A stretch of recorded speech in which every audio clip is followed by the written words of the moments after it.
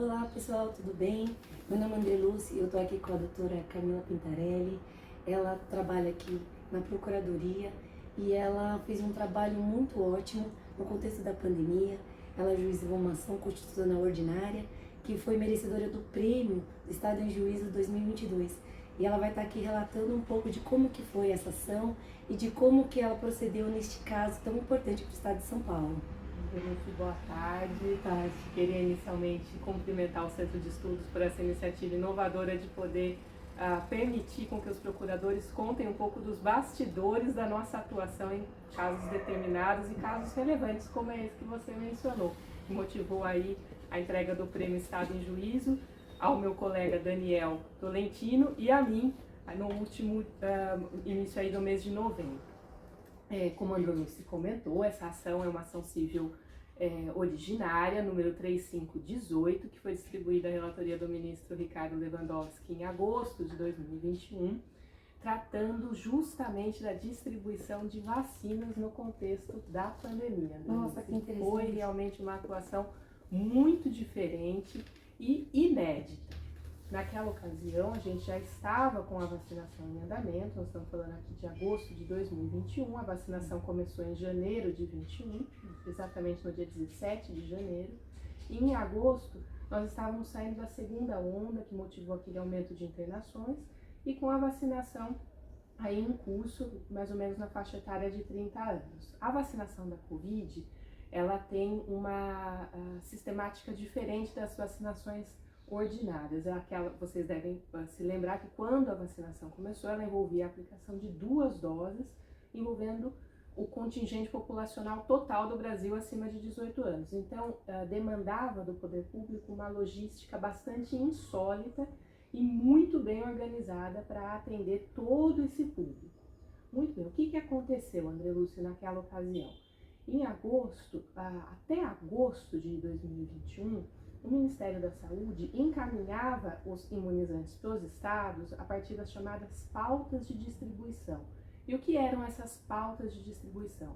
Era um documento de periodicidade semanal, às vezes até diária, em que o órgão federal passava aos estados o número de vacinas que cada ente ia receber para aplicar na sua população. Durante 30 pautas de distribuição, o estado de São Paulo recebeu o equivalente ao percentual da sua população frente ao Brasil, ou seja, era um percentual que variava entre 20% a 25%, todas as pautas de distribuição. E por que era importante o estado de São Paulo receber isso e trabalhar com essa previsibilidade percentual?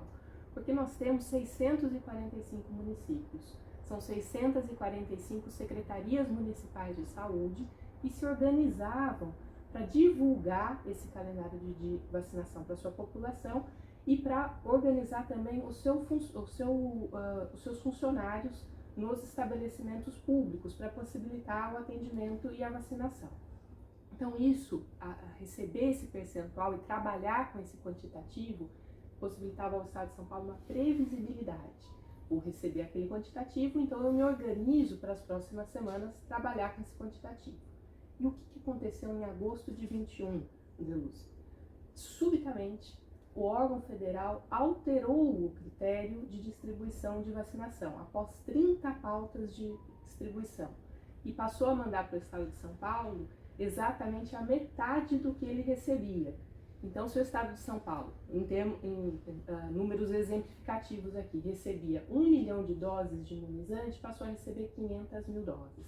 E isso representou um impacto direto na organização que as secretarias municipais e a própria Secretaria Estadual de Saúde tinham. Sim, claro. Muito bem. Começamos então uma conversa, tratativas administrativas com o órgão federal para tentar resolver isso amigavelmente, consensualmente. Durante uma semana essas tratativas foram sendo levadas adiante sem qualquer sucesso. Chegou então um determinado dia, e esse dia foi o dia 10 de agosto de 2021, em que numa reunião com o então governador João Dória, nos foi colocada a seguinte situação: ou esse percentual é recomposto, ou o estado de São Paulo não vai ter mais vacina para a sua população daqui tantos dias. Então a situação realmente ganhou ares tenebrosos. Não havia mais esse canal de comunicação, que já tinha se esgotado, né, com a administração federal. Então nós tentamos uma mediação judicial. O que nós fizemos? Nós entramos em contato com o Tribunal Regional Federal da Terceira Região, que tinha uma plataforma de conciliação voltada só a casos da Covid. Falamos diretamente com a presidência do Tribunal Regional Federal da Terceira Região, que prontamente agendou uma conciliação para 2 dias seguintes, no dia 12 de agosto.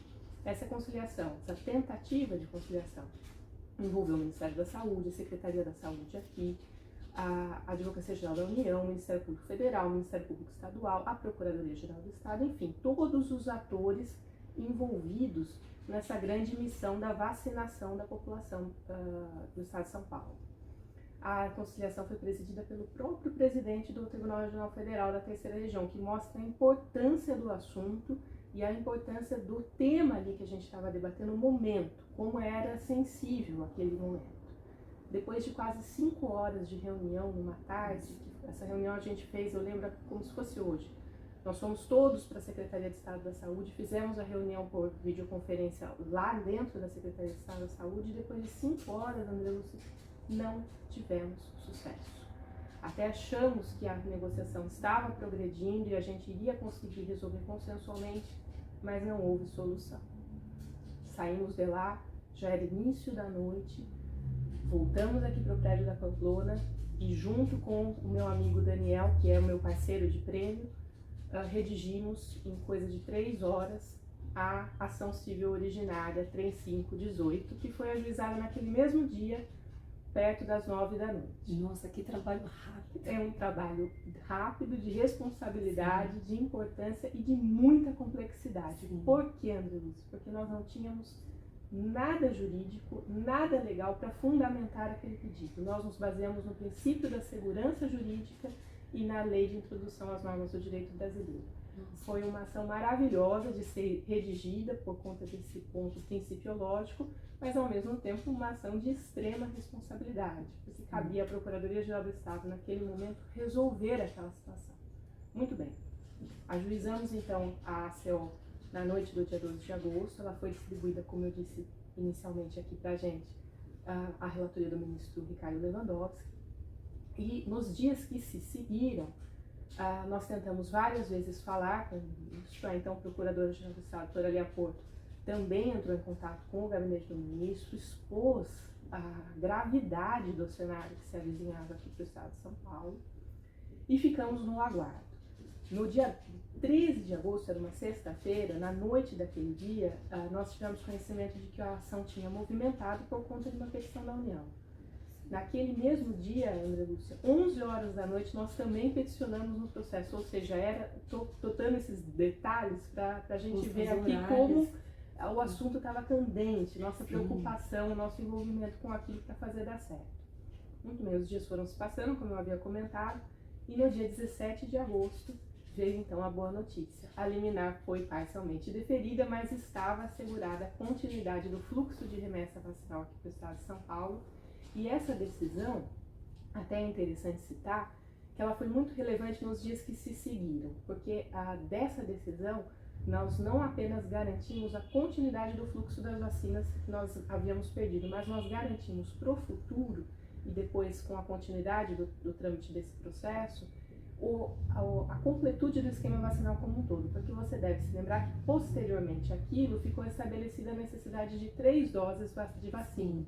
E essa decisão nos serviu como garantia para assegurar que nós teríamos essa remessa para quantas doses fossem necessárias para completar o esquema vacinal.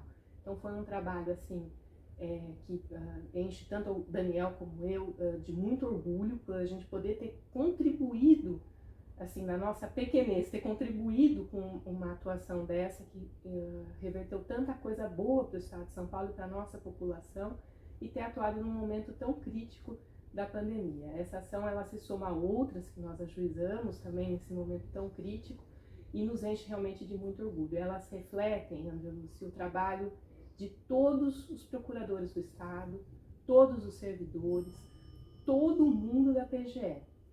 Esses 2 anos de pandemia, e eu digo isso até um pouco emocionada, esses 2 anos foram anos em que a gente se uniu muito na PGE. servidores, os procuradores aposentados, todos muito unidos, com ideias, com conversas, com atuações, porque só com essa orquestra toda muito em sintonia, é que a gente conseguiu levar adiante uma gestão exitosa diante de uma calamidade pública. Sim. Então, essa nossa conversa aqui é fruto de um prêmio, mas é um prêmio que não é apenas só dos laureados, é um prêmio a toda a instituição, porque foi um momento realmente que a PGE se engrandeceu para salvar o nosso estado de São Paulo. Ai, eu agradeço muito o seu trabalho e demonstro para vocês a importância da Procuradoria. E eu fico muito feliz com a atuação, que você se dedicou muito, inclusive em períodos quase noturnos, 11 horas da noite. Mas foi uma dedicação de todo o time, viu? Sim. É realmente são anos de luta de que nos enchem de orgulho. Sim, obrigada pela oportunidade de poder contar aqui um pouquinho os bastidores dessa nossa missão. E é isso, pessoal. Agora ficamos por aqui. Agradeço porque vocês estarem assistindo a gente. E é isso aí. Tchau, tchau.